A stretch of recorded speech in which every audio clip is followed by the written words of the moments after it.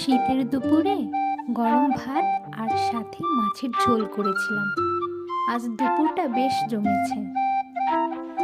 সাথে আমি বোম্বাই মরিচও নিয়ে নিয়েছি, যেটা না হলে আমার হয়ই না। নতুন আলু, টমেটো আর ধনিয়া পাতা দিয়ে মাছের ঝোল করেছিলাম, আমার বেশ প্রিয়।